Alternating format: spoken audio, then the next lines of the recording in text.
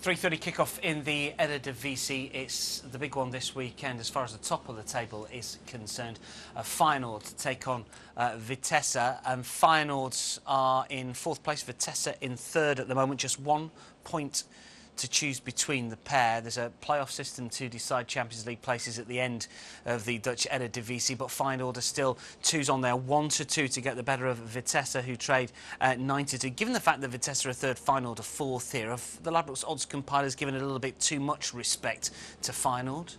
I don't know. I think it goes back to like these fashionable sides that get punted. I mean, Feyenoord are a very fashionable side. Ajax are a very fashionable side. And regardless how they're doing domestically, people always back those teams, their accumulators, the European coupons, whatever they do. They always like to put the teams they know. And Vitesse, even though they're doing well, they probably are underrated. But the bookmakers only put the prices out. The bookmakers only put the prices out for money, and the money will come from Feyenoord. Goal, Tottenham.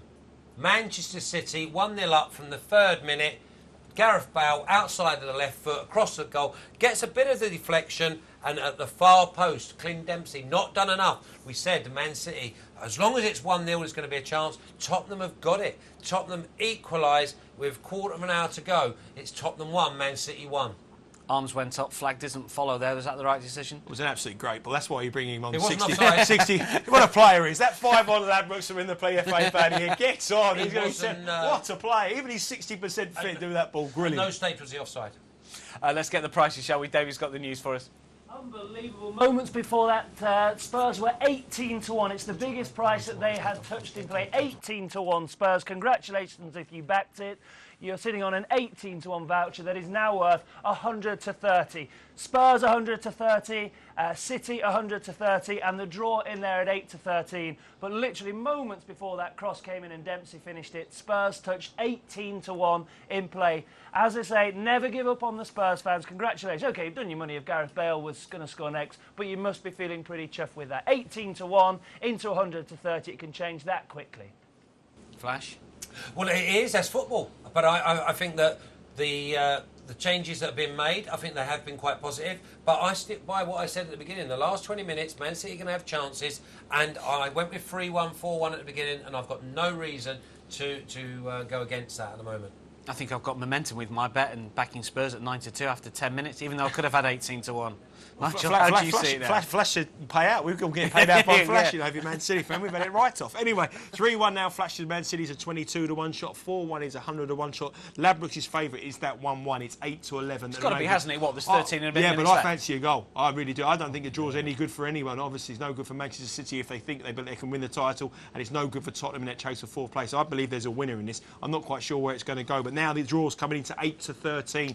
I think there's a goal. 8-11, the 1-1, and the over 2.5 goals now is even money. The over 2.5 goals, under is 8-11. So goals, I still think there's a winner in the game. David? And how about Gareth Bale? Who was so rude as to write him off and claim that he wasn't fit? Well, Gareth Bale... You were. Oh, it was me, yeah, sorry. Now, let's just dwell on this. Gareth Bale now, just maybe this match has got it written on for him. 10-1 Gareth Bale to score the next goal. I look at that. That cannot be the right price. Gareth Bale cannot be as big as 10-1 to score the next goal. I think it's a fantastic price, and I can't see it lasting. And if you do fancy the next goal scorer, then I think you really have to have a look at the Tottenham boys. Although I'm personally going to go with Man City, the Tottenham now will desperately have the wind in their sails, and they will be bombing forward.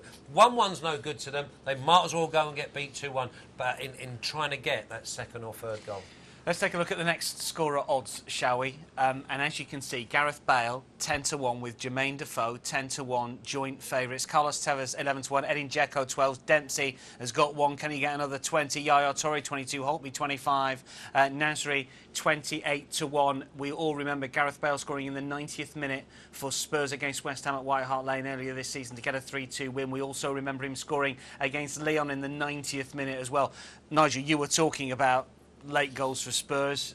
Do we see one here? Not necessarily just for Spurs, but for Manchester City to trigger that over 2.5? I definitely think there's a goal in this game, because I think the game now becomes more important for Tottenham than Manchester City. It really does. I think Manchester City, I still believe they know they're going to finish second. They can't catch Manchester United. It's all about Tottenham win. The momentum's going to hit Tottenham. I think Bale's a great bet at 10-1 to score the goal. And I think even 8-13. Goal! Tottenham goal. Jermaine Defoe, they say he should have been on from the beginning. Gets the ball down the left, cuts it back onto his right. You know what's going to happen. He smashes it. Plenty whip across heart. Tottenham 2, Man City 1, and over 2.5 goals. Just before that, I was about to say 8-13, no more goal in the game. Well, forget about that, obviously. Jermaine Defoe, I mean, it makes you wonder why he didn't bring you on earlier, doesn't it, Flash? Well, it does, but the big thing is, you know, that I personally think he's probably one of the best natural goal scorers in English football. And he just doesn't get any chances, and if he does, as a defensive unit, you don't want him facing you up, putting it onto his right foot, because he is so natural. Now, I'll tell you what this also brings in, the 2-2, the over 3.5 goals, the 3-2s that Nigel predicted before the game. It's going to be a cracking last 15 or 16 minutes. And it goes back to the trends. At the beginning of the game, we said, stick with your belief. You're going to go through tricky times in running punting. You will. You know, you don't back to over 2.5 goals and 3 goals appear in 5 minutes. You have to stick with it. The prices get bigger and better throughout the game. That's the nature of running business. We said at half-time, the amount of games was 0-0. Late goals this game. The goals aren't over here. There's more goals in this. Defoe's goal was exceptional, but there's much more goals. But David now, over 2.5 goals, 4-5. We had our tricky moments, but we've got a winner. Already in the got a bag. winner. We've got one in the bank at over 2.5. What about the latest match prices, David? It's gone wrong. It's all gone wrong. The traders have just texted me, say, get out, shut up shop, it's all gone wrong. What we do, as soon as that equaliser went in and said, draw, wonderful, that's absolutely fine. Actually, if City come back and win, that's absolutely fine. What we do not want is Spurs to go on and score. Jermaine Defoe off the Christmas card list. But look at these odds now. Tottenham, remember, 10 minutes ago, they were 18-1. They are now 2-9. Spurs are now 2-9 to go and win this. And City, of course, you sitting very pretty with them, weren't you?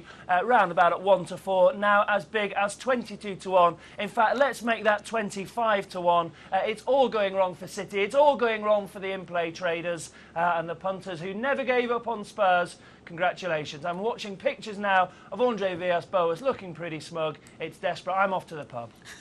And Scott Sinclair looks like he's coming on as well. So it's not Man City accepting defeat. I'm with Nigel here. I think there is more goals, and I think them traders will be smiling again. I think it's just a little bit. It's just a little bit of a downtime. They've got another one. There's your 4 goals. Yes, over 3. Gareth Bale.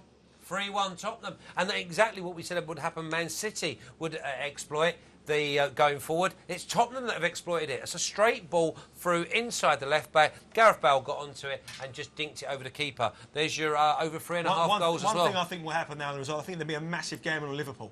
I think there'll be a huge gamble on Liverpool now. Just before it happens a game before, massive money.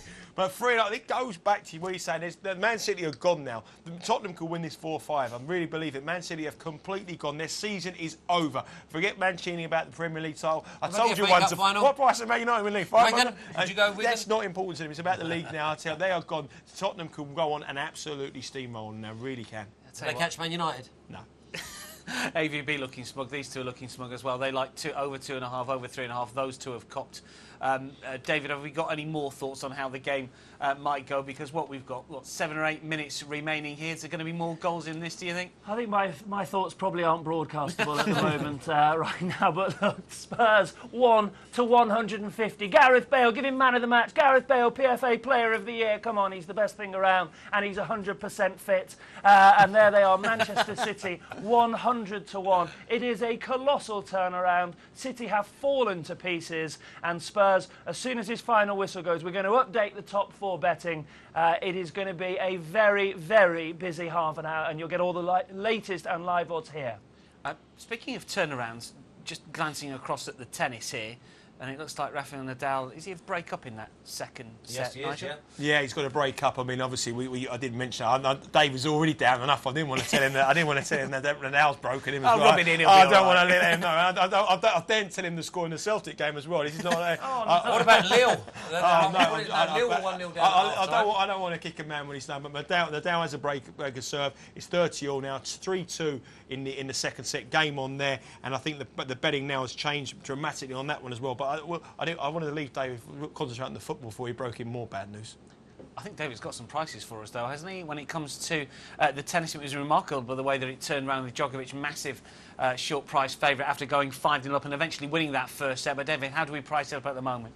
This is neat vodka, by the way. Please take it responsibly. Don't take it seriously. But yeah, I've taken on the neat vodka. I'm just getting up to speed literally on these football prices at the moment. But just looking at this now, Djokovic 17-20, Nadal 19-20. There is practically nothing in it. But yeah, it's all beginning to go wrong. Well, I'm getting a live feed here through from my trading floor, and they have now started using language which I couldn't possibly repeat about what's happened in the last 10 minutes, both in the tennis and in the football. All we need now is Wasp to come back and win this rugby, and it would seal a fantastic turnaround for the punters and a pretty bleak quarter of an hour for the odds compilers. That's how quickly it can change, and that's why we love betting in play. That's exactly the point I was going to echo there, David. I mean, some results go for the bookmakers, some go for the bookmakers, but what you've got here is you've got a fantastic afternoon of in-running betting. You've got the two best players, tennis players in the world going head-to-head. You've got a football match here, and we're only halfway through. It's still got the Liverpool-Chelsea game. You've got turnarounds in the rugby points, and the sun shining. Isn't that nice? There's no Tottenham fan, and there was no evidence or indication that Tottenham were going to score 3 goals in about 8 minutes. There was just absolutely none. They didn't kick a ball for the first hour of this game. Now all of a sudden you'd think that they're playing like Brazil. In the Bastia-Lille game that we were featuring earlier today, and I gave the boys a little bit of stick at half-time because they were predicting lots of goals and there wasn't any. Well, in the second half we've had 3 full-time. Lille have beaten Bastia 2-1, so that's both the Lille bet copping flash and indeed the overs, Nigel. Well done. Yeah, I mean, that's another one that was in running. I mean, it was 2 goals. Bastia were 1-0 up, and there was 2 goals in that game. In the 88th and the 90th minute winner for Lille. So, I mean, that's another game where one team was trading unbelievably short price in running in with Ladbrokes, and you've got tremendous value. I mean, it's been the whole afternoon so far today has been one of the best in-running days for season. Short price favourites being turned over and big price outsiders getting up and doing the business. We've got to give Davey something to crow about because he was talking about the rugby earlier on, and as it stands, it is Exeter that are getting the better of Wasps. And how, David? Yeah, they are, of course. Thank goodness for this. Something is going right. No, they were 10 points up at half-time. They're still 10 points up. Exeter were leading 27 points to 17. They are 2-5 to go on and see out that victory. It seems very likely now. But then again, we know how quickly it can change. 11-5 for Nigel's Wasps. But how many? I'm doing my sums desperately. How many points have we got there, Nigel? 43, 44? So we should get over that 46.5. Whether we'll get over the 53.5 that we revised at half-time remains to be seen. But yeah, some small crumbs of comfort for the bookies. Exeter seemingly springing an upset against Wasps. Oh, maybe not, because they've got a sin-bin player at the moment. They're down to 14, so there's still hope for the Wasps. You're loving giving David the good news. Give me a break, guys.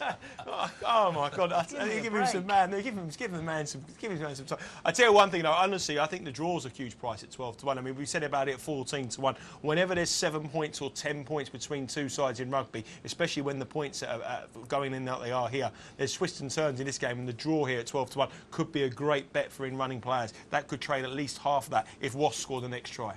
4 minutes to go in the match at White Hart Lane. Spurs lead Manchester City by 3-1. The over bets, the 2.5, the 3.5 have copped already. Surely there's not going to be any more in this, is there, Flash? Yes, I think there could be. I mean, Man City have shown a bit of urgency. Now, I expect 4 or 5 minutes of injury time, so although it says 3, you can say it's going to be closer to 10. I do think there'll be another goal. Tottenham are going to hit Man City on the break now. We thought that Man City would hit Tottenham on the break, but you've got to give a lot of credit to AVB. He's brought on Defoe, who's basically changed the game. Gareth Bale set up the first goal, which was a complete momentum swinger, and then he turns up and scores the third himself. So I think Gareth Bale might actually get your man of the match.